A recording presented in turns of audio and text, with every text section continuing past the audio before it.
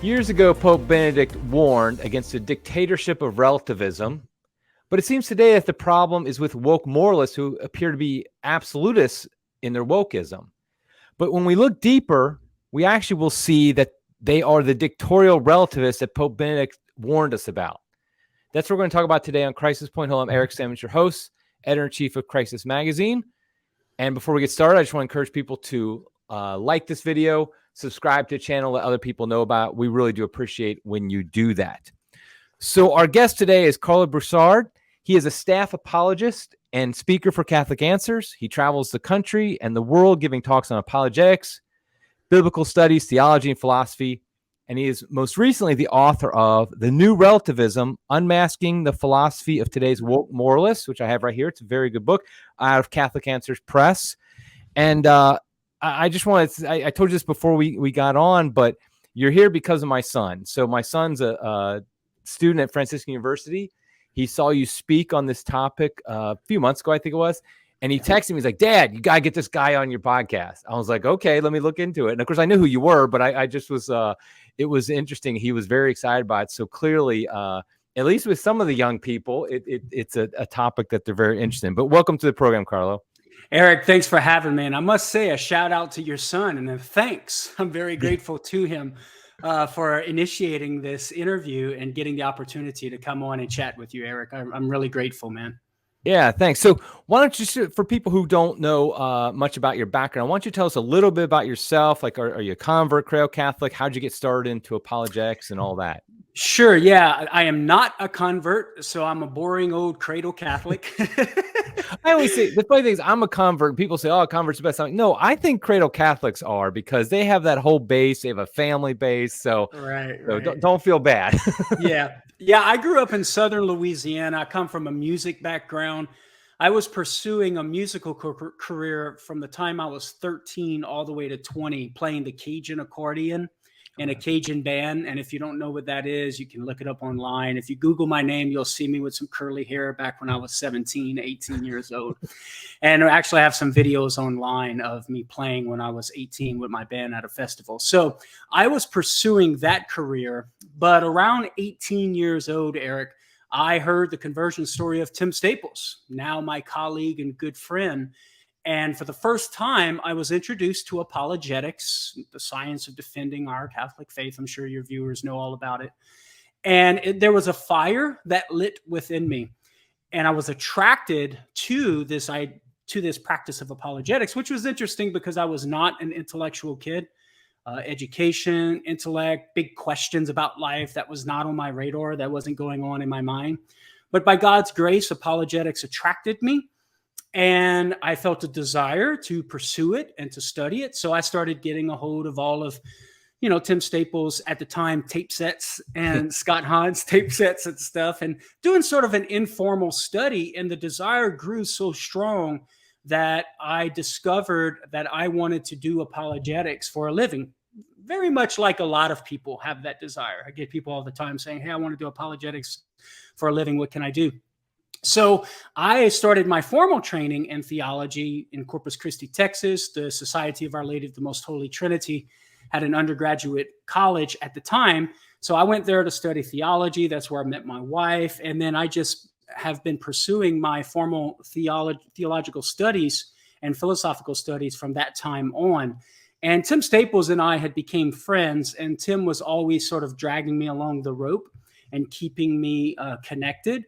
And because of Tim Staples, I was able to get on at Catholic Answers 7.5 years ago and sort of fulfill the dream, right? And live the dream, as I am right now, of being a Catholic apologist. Started so many years ago with Tim Staples when I was 18. So here I am. That's the short story. Oh, that's great. I mean, it's great.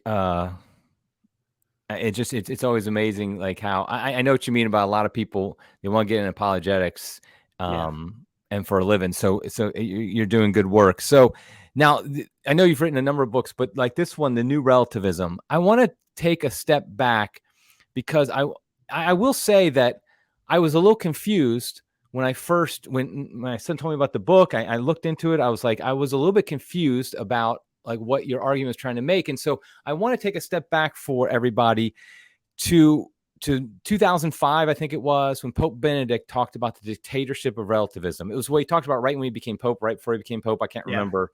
I think it wasn't at the homily or something at. Yes, it was. Okay, at the Pope's Pope John Paul's funeral. So, and I remember that very clearly.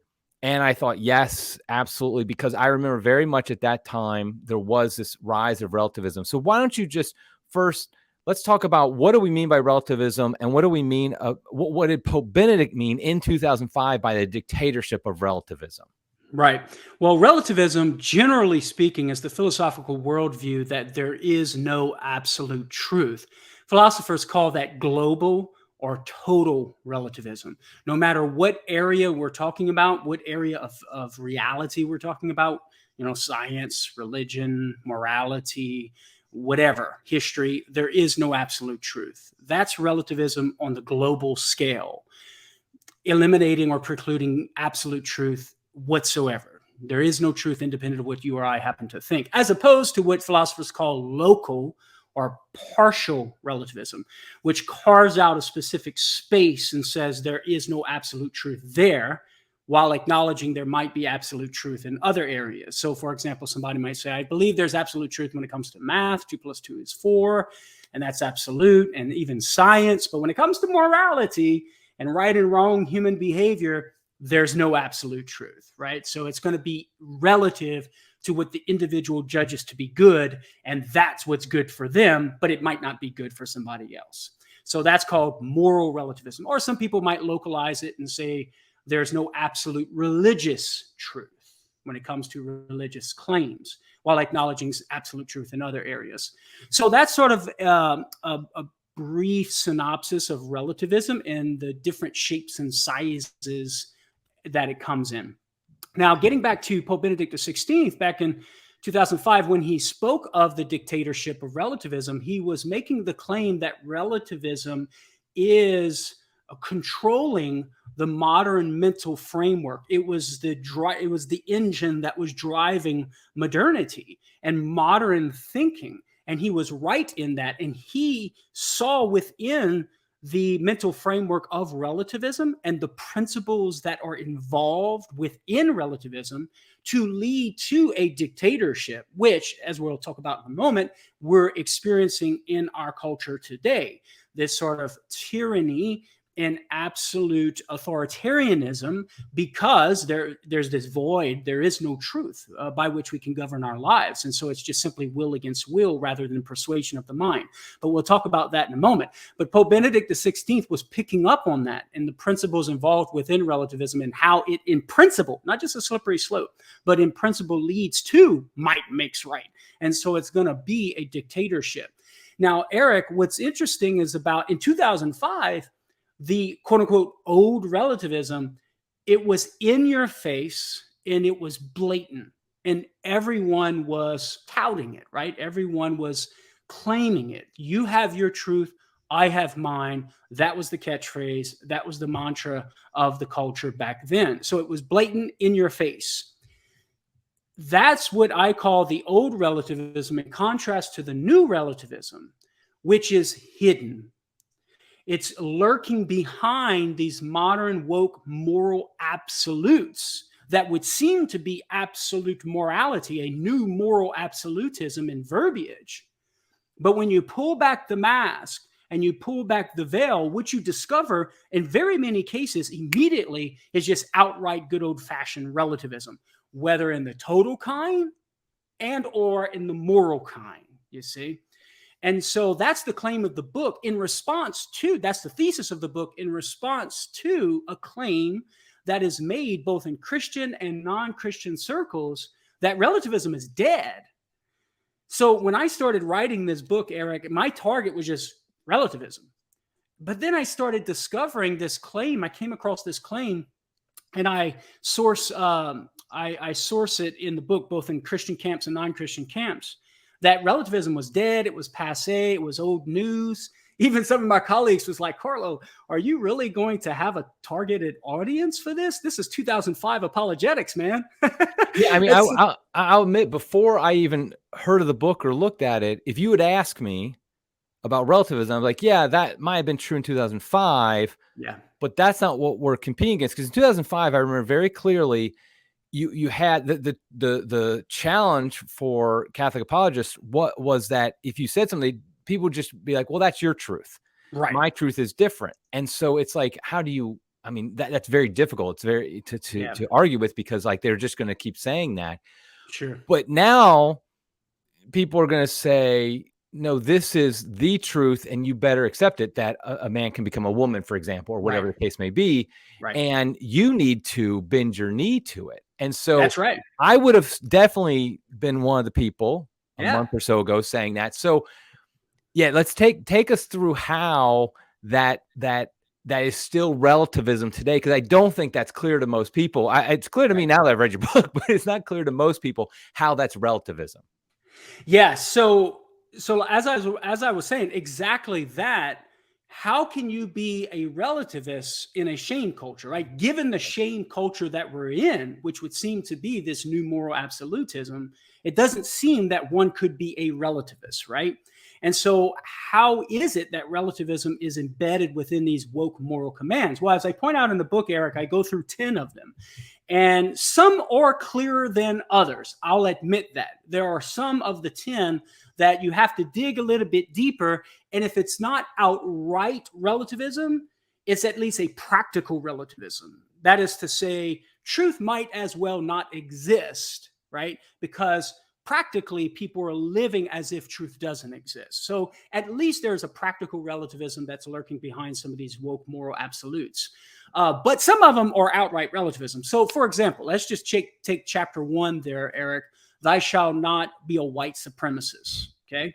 You would think there's no possible way that relativism could be present here, because within critical race theory, it is claimed thou shalt not be a white supremacist. Now, on the surface, Eric, how we would understand that, we say absolutely, we can get on board with that. And I would argue that probably 95% of the people walking on the street, if they were asked the question, should you be a white supremacist? They would say, oh, no, absolutely not. That's bad stuff, right? We don't want to get on with that. However, when you unspin the modern spin, you discover outright relativism. How so? Well, an essential claim of critical race theory is that objectivity is the ideologue of racism. Objectivity is a toxic characteristic of white supremacy.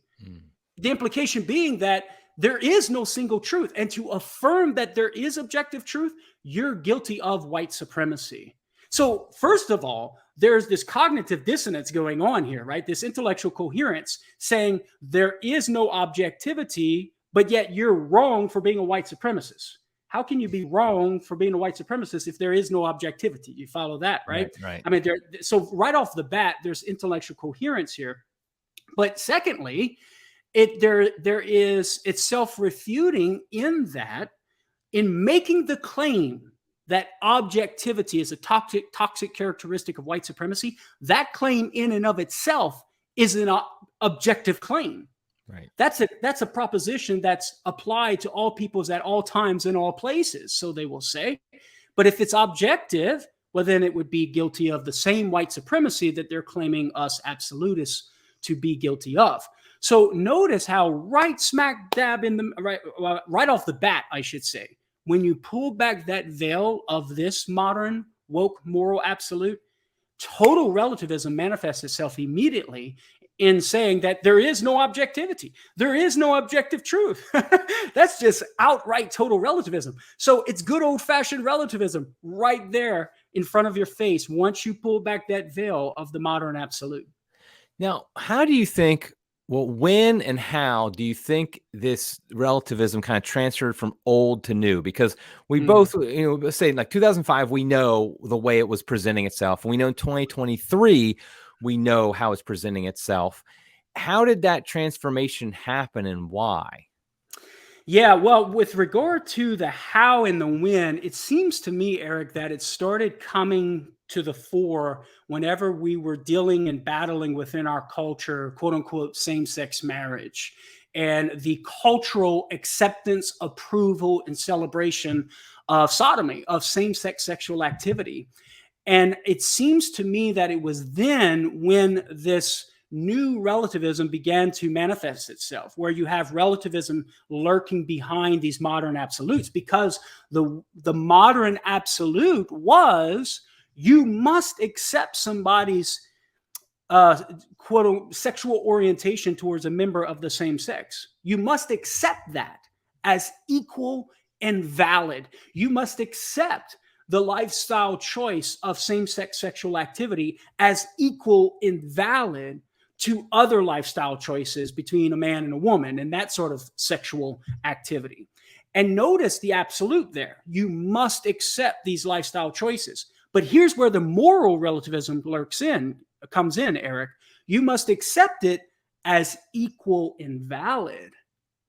In other words, you must, quote unquote, tolerate it. And this gets to one of the chapters in my book in the section of moral relativism. The modern cultural understanding of tolerance is to accept everyone's lifestyle choice and or beliefs as equal and valid. Now, on the surface, Eric, that sounds like an absolute moral command. How can there be any relativism there? But think about it. If all lifestyle choices are equal and valid, well, then it logically follows that no lifestyle choice is right and no lifestyle choice is wrong. There can be no one that is better than the other, since they're all equal and valid. There would only be a difference, not one being right and the other being wrong. That's just moral relativism in its essence. And so it seems to me that that's when that shift started taking place. As to the why, I think what happens, Eric, is that for so long we were dealing with relativism, it creates that void, right? That void of no truth. Everybody's minds become dormant. The intellect is weakened. And in order to fill that void of truth, only the will comes into play now. And so you have these absolute, thou shalt not misinform, silencing people of any opposing view, right? You have this cancel culture. You have this shutting down of anything and everything that opposes the common cultural narrative constructed by the powers that be, because the mind is no longer in the driver's seat. The mind is off the table. And so persuasion of mind is no longer a viable option. All that remains is will. And so if there's any opposition, it's an opposing will that's directed at my will. And so now we only have a conflict of wills because the mind's no longer in the driver's seat. And I would attribute that to this cultural experiment, I guess, of relativism, of working with relativism so long to where the persuasion of because in relativism, Eric, persuasion of the mind is not an option. If there is no objective truth or reality for the mind to conform to, well, then you can't persuade the mind to the truth. And I think we're experiencing the wicked offspring of relativism in our culture today with these modern woke moral commands.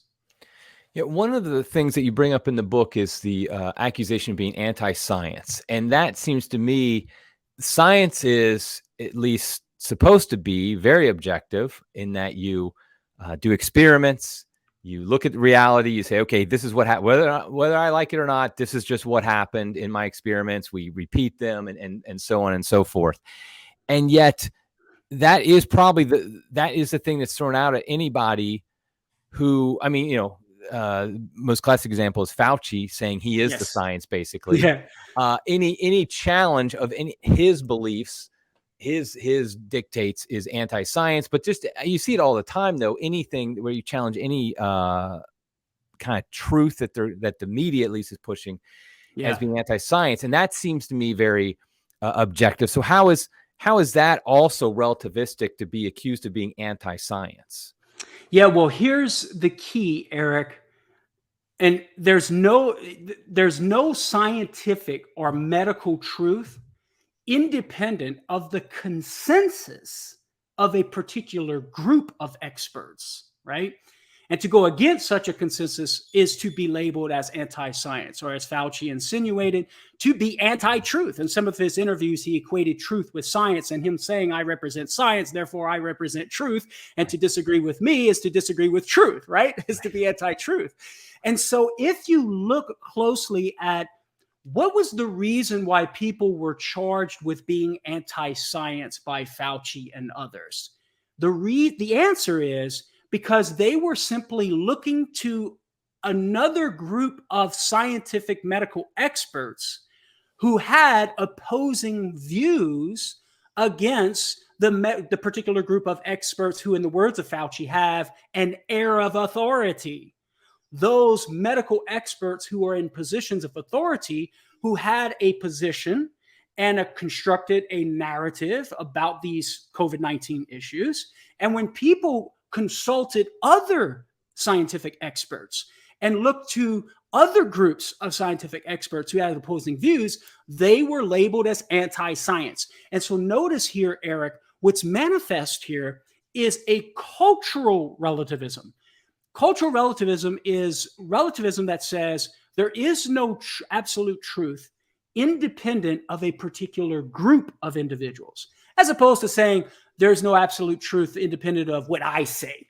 Francis Beckwith and Gregory Kokel, in their book, Relativism, Feet Firmly Planted in Midair, they label cultural relativism as society says. No absolute truth independent of what society or culture or group of individuals say. And this is cultural relativism manifest here. Fauci saying, hey, there is no scientific truth. In other words, basically he's saying there is no scientific medical truth independent of this particular group of medical experts.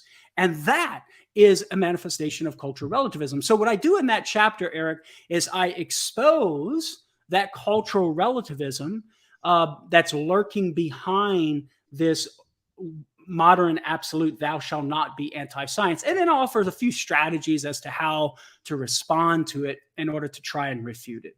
Okay, so I want to review, because you've mentioned all three of these types of relativism. Can you break down again, distinguish between total relativism, moral relativism, and cultural relativism? Because in your book, those are your three main sections, and that's something that I had not really thought about, the distinctions between them, because how a Catholic responds to them is going to be different. So break down the three differences, and why don't you just go ahead and say also, like, what is the Catholic response to them?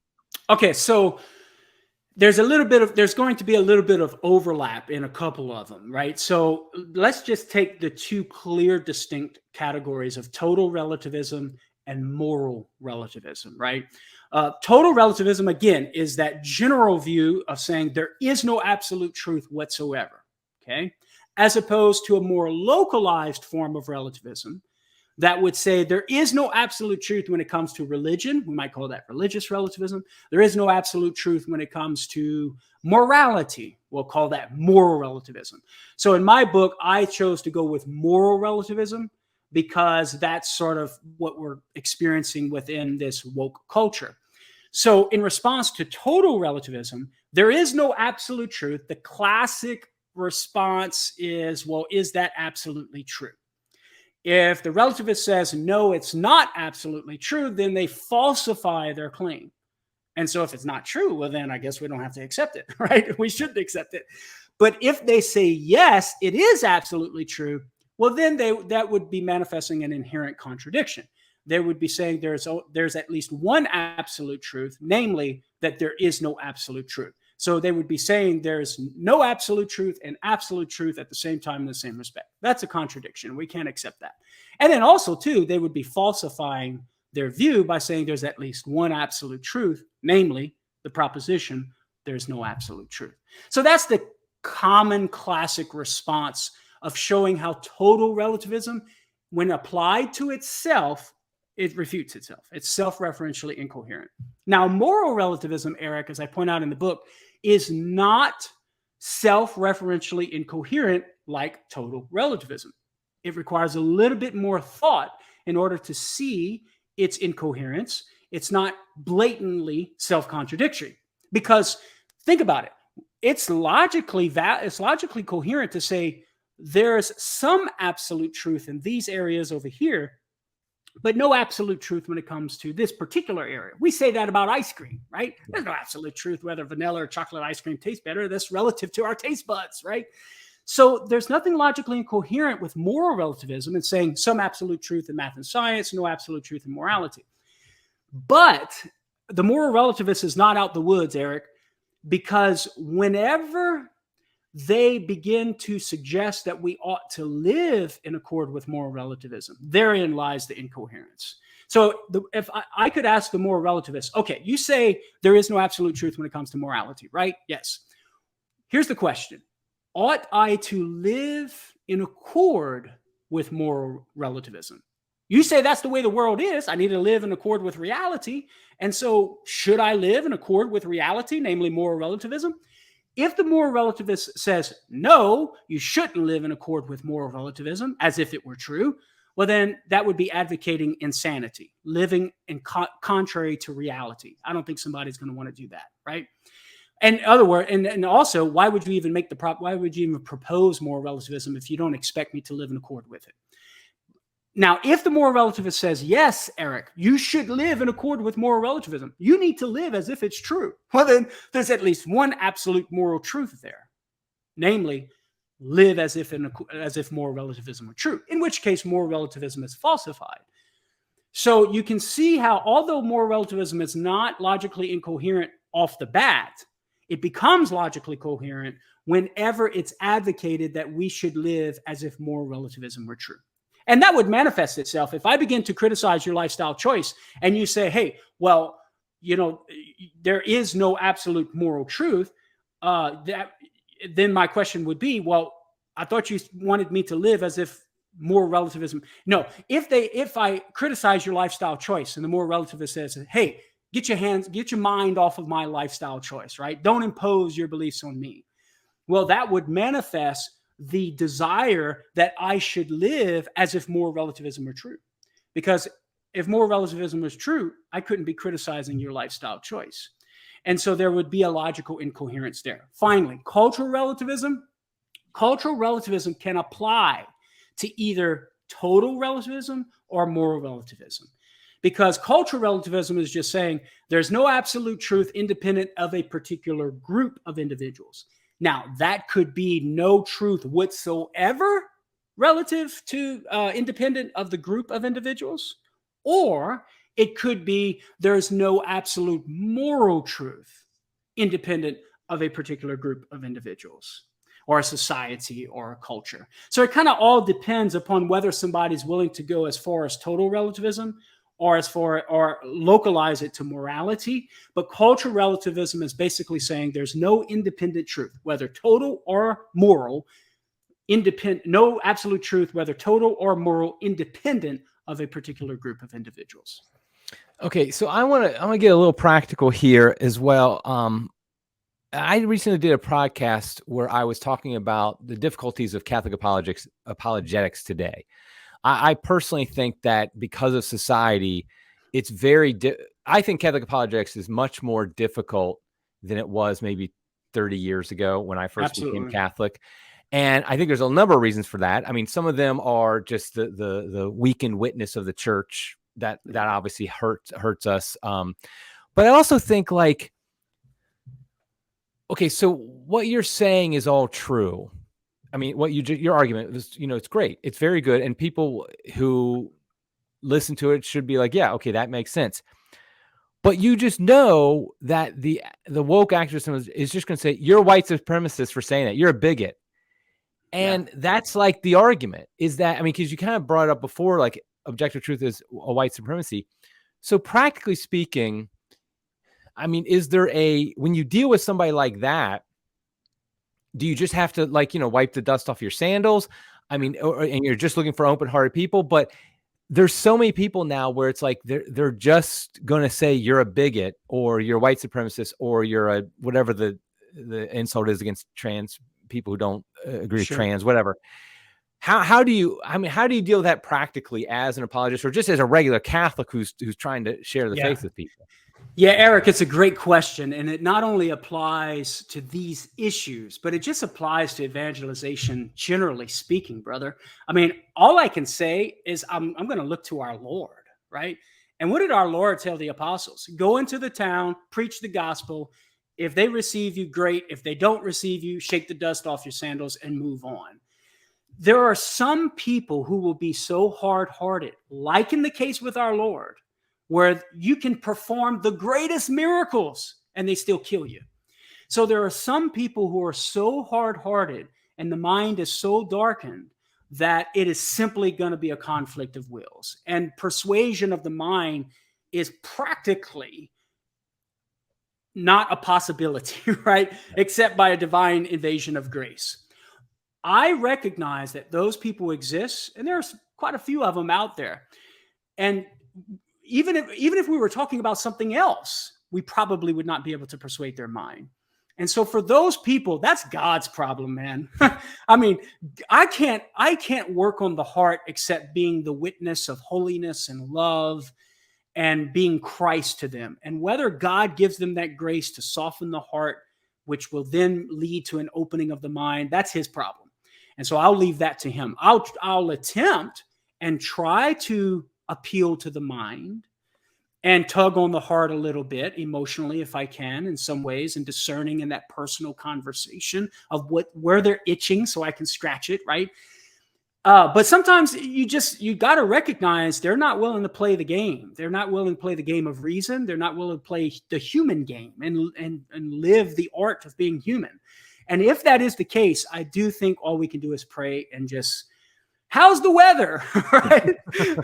Or talk about sports. And so we do have to practically recognize those limitations. But Eric, I'm a bit more optimistic with regard to the man on the street and the millennial who's working in the barista and rubbing shoulders with these individuals in the coffee shop, who is being persuaded towards the woke agenda, woke ideas, LGBTQ plus ideas, but haven't really thought through them. And I do think there's enough people out there, Eric, that in conversation, if we can fan the flame of reason a bit, that reason can be awakened for them to see the absurdities that are embedded within these modern woke commands and then reject them. And so that's only going to come about by engaging in the conversation and exposing the incoherencies and seeing where their reason is at. And some people are going to just be a bigot by saying you're a bigot, by having this negative emotional response that's not based upon reason. And then again, you recognize that wall there, that closed door, and you have to move on. But we look to our Lord, we extend the invitation to come back to sanity. But if they do not accept it, what can we do but leave it to the Lord and pray and fast, as our Lord says. Right. So I think that's just the bottom line, is just we look to our Lord and what happened to him and the apostles. Some people are going to accept it. 3,000 people converted on Pentecost, right? But yet many others didn't, and they killed them for it. So that's just the landscape we're in. Yeah, I think it does make it difficult, but I think that's something that we have to remember is, I think it's something particularly difficult when it's a loved one who is like that. A friend, a family member, somebody you care about, when they cloud their reason, and it's very difficult to step away, kind of wipe the dust off your feet when it's maybe your sister or something like that. And one thought that comes to mind there, particularly with regard to family members and friends, I think, and I point this out in the book, it's extremely important in conversation to say, hey, look, just to be honest with them, right? In the conversation, and say, you're asking me to go against what I think is true, right? You're asking me to affirm something that I think is not good for you. And so what you're asking me to do, if you're asking me to affirm your transgender lifestyle choice or your homosexual lifestyle choice, if you're asking me to affirm you in that, what you're asking me to do is to not love you. Because in my mind, I've judged these things to be immoral. I've judged these things to not be good for you. And by you asking me to do this, you're asking me to not love you. I love you. I support you. Like, I want you what's best for you. But this, in my mind, is not best for you. And so I would hope that you could understand that by me not affirming your lifestyle choice, I'm actually trying to love you. because I'm wanting what's best for you. And this lifestyle choice is not what's good for you. It's not what's best for you. And so maybe in that tone and with that sort of idea, hopefully that loved one can come to at least respect where you're coming from and see that the opposition to the lifestyle choice is not hatred. It's not a manifestation of ill will towards the person. It's just simply a recognition, a judgment that this behavior is not good, and I need to live in accord with that. Okay. Now, I don't know if you have kids or not, but I know that, like, how do parents equip their kids, especially as they get older, high school, to recognize this new relativism? Because, like I said, I didn't even really recognize it myself until I picked your book, and it does make sense now. But how can we kind of guard our kids as they get older, so that when they go out into the world, they're able to see these things more clearly, that they don't get sucked into them? Because obviously it'd be great if they're out there doing apologetics and evangelization themselves. But I think most parents are more worried the kids are going to go off to college and they're going to get sucked into that. And so how do we keep that from happening? Yeah, great question. Two thoughts come to mind. First of all, I think we have to engage in conversations with them to show them the absurdities, expose to our children whose minds are developing the absurdities of these modern woke moral commands, to show them, hey, listen, we agree we shouldn't be a white supremacist, but what woke agenda means by white supremacy is not what we mean. And expose to them, they're saying a single truth is white supremacy. Show them the logical incoherence. And sitting around a dinner table, I bet the 18, 19-year-old is going to say, yeah, that's absurd, right? Show them how critical race theory is in its very essence racist towards white people and an injustice towards even the non-white people. To say that, with regard to racial equity, to say that a non-white person cannot get a position because of their color, that's an injustice towards them. Point that out to children, and hopefully they'll be able to see how absurd it is. That's my first thought. Walk through the strategies with them that I articulate in the book and appeal to their mind. And then the second thought that came to mind is, I've been thinking about this quite a bit, Eric. Explain to them that just because a particular lifestyle choice is immoral, whether it be lifestyle choices, with relative to the LGBTQ plus community, or or any other lifestyle choice, it does not mean that they're wicked or gross or mean people. Because I think what often happens, Eric, is, young adults, college age students, they grow up in a Catholic home hearing that these lifestyle choices are immoral, and they equate immoral lifestyle choices with mean, wicked, yucky people. And then they go off to college and they discover these people who have made these lifestyle choices, and they're super nice, man. They're like really compassionate and affectionate and nice and tenderhearted. And so the kid's like, wait a minute, my parents have been telling me this stuff is bad and icky and they're bad people all my life, but this is a pretty good guy. This is a pretty good gal. And so they begin to say, well, there must not be anything really wrong with that lifestyle choice. And so I think that's at least one thing we can do to help our children, to explain to them that just because it's immoral, that doesn't mean they're like mean people. Right. And I think that's probably the biggest challenge for young people today is the whole the alphabet crowd, the with transgender and homosexuality, is like, it's just a matter of, we're just trying to, you're being mean to these people, we're being nice, we're not being like that. And like you said, when they meet people, I think one of the best things to do also is, if you've talked to people, like there's a movie, the documentary came out a number of years ago called Desire of the Everlasting Hills, and it interviewed some men and women who had lived a homosexual lifestyle, had left it, and they talked about the pain and the suffering that they endured in that lifestyle. I think that helps realize that the reason we oppose these things isn't just a God said so type of thing, Right. but because it actually is harmful for these people. It actually hurts them. And so if we're loving, we're going to do something to help them, to get out of that. So it's a big challenge, but I think that's part of it too. And I think one of the things I liked about your book here, The New Relativism, is that it does have some very kind of, you expect this from a Catholic Answers book, but it's some very practical sections of exactly, okay, what do you do in this situation? You hear this, what do you say? Stuff like that. So I think that's a great part of that. Is there anything else? We're going to wrap it here in a minute, but is there anything else about the book or just the New Relativism that we haven't covered that you kind of will make sure that people know about? Well, I think one of the things that I point out in the book is another aspect of the New Relativism, not only that it's hidden, but one other aspect of the New Relativism is that it's more militant than it was before. Nice relativism is passé. In the past, it had that tone of niceness to it. Like, let's agree to disagree. You have your truth, I'll have mine.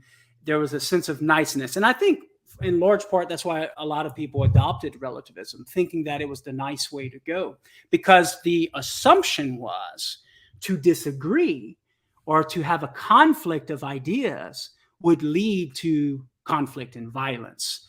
And I actually deal with that in I think it's the first chapter of the book, Thou Shalt Not Impose. And what modern culture means by that is thou shalt not persuade others. One of the reasons is because people think that persuasion of the mind is going to lead to violence and conflict and broken relationships, right? So I respond to that. So there was a tone of niceness with the old relativism, but the new relativism, it's more militant. And that is, rather than you have your truth, I have mine, let's just go our merry way. It's more like, you can't have your truth. As you stated at the outset of the interview, you can't have your truth. You must conform to mine. And I think that's the wicked offspring of relativism itself, because within the mental framework of relativism, there is no objective truth, right? So it's only my truth, right? So if it's going to lead, persuasion of the mind is off the table, and it only leads to that conflict of wills. And so whenever there is a conflict, the will with the most power is going to win the day. And so this is what we see in our modern culture, where those who are in positions of power, whenever there's opposition to their view, there's simply the dictatorship. There is, you must conform, otherwise you're going to pay some severe consequences, some severe prices, and have some severe consequences. Yeah, and it's getting scary because there are some consequences. People losing jobs and absolutely, man. Every time I give presentations on this material, without fail, I have someone coming up to me after the presentation saying, "Karlo, like, I got called to the CEO's office and they're demanding that I use the appropriate pronouns, the desired pronouns, lest I get fired."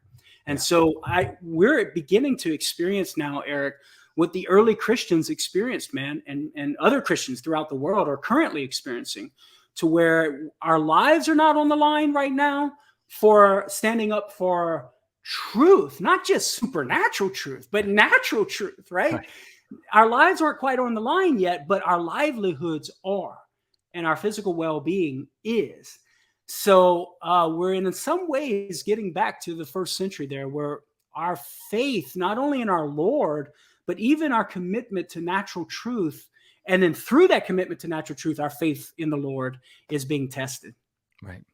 Yeah, and you saw that recently with in Major League Baseball, where there was that player who for the Toronto Blue Jays, who I think he put an Instagram post where he just said we should boycott Target. And boy, they just went after him. He had to make an apology, and he ended up getting cut by the team anyway. And all because he had a differing opinion. Yeah, gave an opinion about, boycotting Target. That's all it was. It wasn't even like he said anything that detailed about why or anything like that. So, so we really do have to step up and obviously know the arguments against it. But as you know, and as you were saying earlier, it's not just a matter of the intellect, but the will, because we have to know these things, but we also have to stand up for them and be willing to make some we might have to sacrifice for the truth, which ultimately is Jesus Christ. But like you said, we're just talking about natural truths here. Like, oh yeah, man is a man. I mean, this isn't like supernatural knowledge or anything. And what we're experiencing, we've come to a point in our culture where, and I understand it, but it's important to think about it, that our relationships and keeping the peace in our relationships has trumped our commitment to truth. And that is something we need to think about, even for us as Catholics, that truth, fidelity to the truth and fidelity to our Lord has to come first. That has to be the primary target. And know that if we stand up for the truth, the division that would be caused from that with family members and friends is not because of the truth and are standing up for the truth, but because of those who choose to not conform to the truth.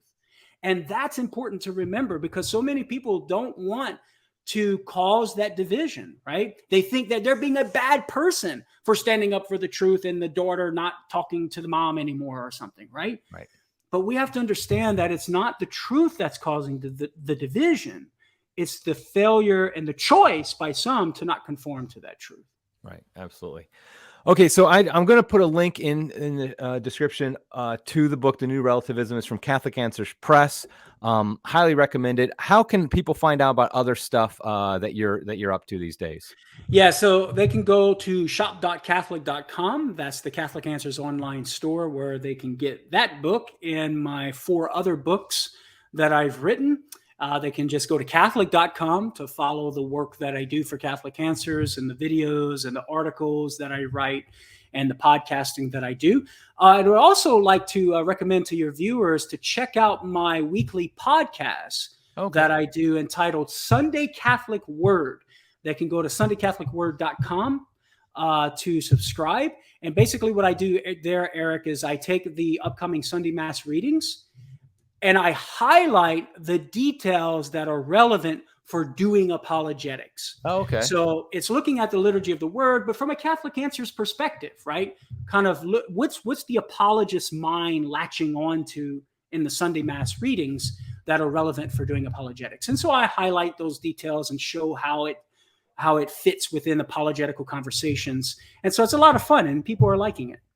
Yeah, I hadn't heard of that podcast, so I'm glad you mentioned. I'll definitely link to it here so people can find it easily. It's a little different because you have different people, Scott Hahn and others who reflect on the readings, which is great, and that's always good. They do a superb job. Yeah. This is a little different though. This is actually gives a little bit of a different look at it. So it is a bit of a twist. I had to find some spot for my voice in the midst of the Hahn and Dr. Bergsma voices. Yeah, you're not going up against Hahn and Bergsma directly. That's a losing battle right there. So. Yes, exactly. Brad Petrie and all those guys. Yeah.